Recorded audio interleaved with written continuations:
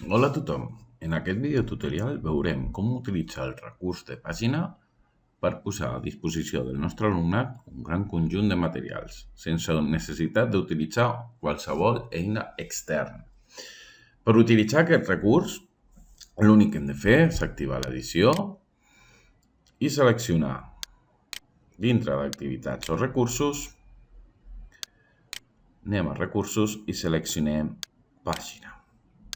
La pàgina ens permet, a part de posar un exemple de pàgina, a part de posar un nom, que és obligatori, una descripció si volem, a partir d'aquí nosaltres podem fer el que vulguem mitjançant l'editor. En aquesta ocasió posaré a finestra completa perquè ho veiem. Fixeu-vos que això seria com treballar amb un Google Docs i el que nosaltres podem fer és agafem una miqueta de Lorem Ipsum, per exemple, l'agafem i el posem aquí.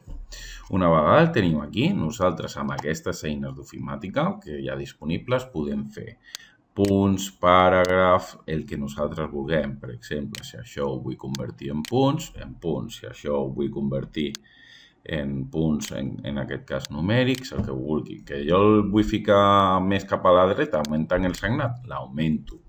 Que vull afegir àudio, que vull enregistrar, és a dir, fixeu-vos totes les opcions que existeixen dintre de tot el que hi ha d'aquest editor, perquè podem fer molts tipus. Si volem utilitzar títols, podem seleccionar tot això i en format podem dir que en estils de paràgrafs siguen encapçalament 4, el que nosaltres vulguem. Ja venen uns paràmetres determinats, però podem fer allò que vulguem, com podeu veure. Una vegada hem acabat de fer l'edició, deixem els canvis i això seria com l'alumnat ho veuria. Fixeu-vos que el que estic fent és generar documentació.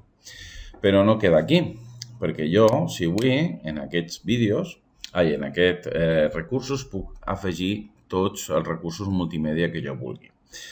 Anem a, per exemple, afegir un vídeo de YouTube.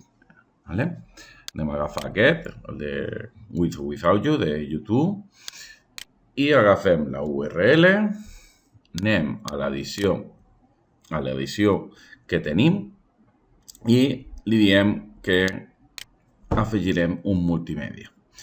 Això seria per si fos un vídeo propi, però si no, podem utilitzar la URL, li diem que afegeix, desem i ja ho tindríem aquí.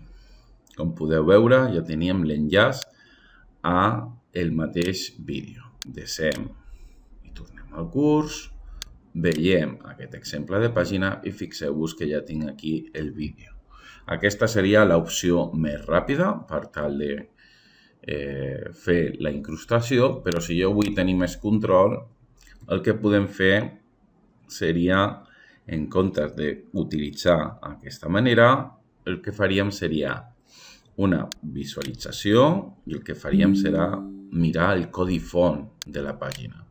Això seria tot el document HTML, d'acord, que vas generant i mitjançant la mateixa plataforma, en aquest cas de YouTube, si li donem a l'opció de comparteix, fixeu-vos que existeix una opció que posa incrustar i jo l'únic que he de fer és agafar tot aquest codi, el copio, me'n vaig a l'edició de la meva pàgina, ho posaré aquí sota i incrusto aquest codi.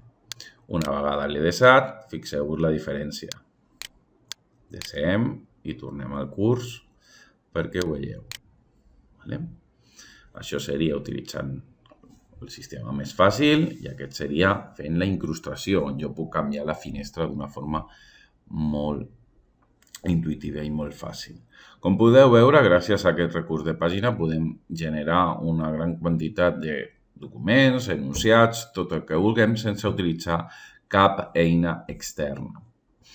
I si hem de fer qualsevol modificació, sempre podem venir al document i afegir o eliminar allò que nosaltres vulguem. Per exemple, aquí posem exemple multimèdia. D'acord? Sempre que deixem els canvis, ho tindrem sempre ben fet. Veieu? Exemple multimèdia i així successivament. Traiem l'edició, això seria com ho veurien els alumnes, anem al curs.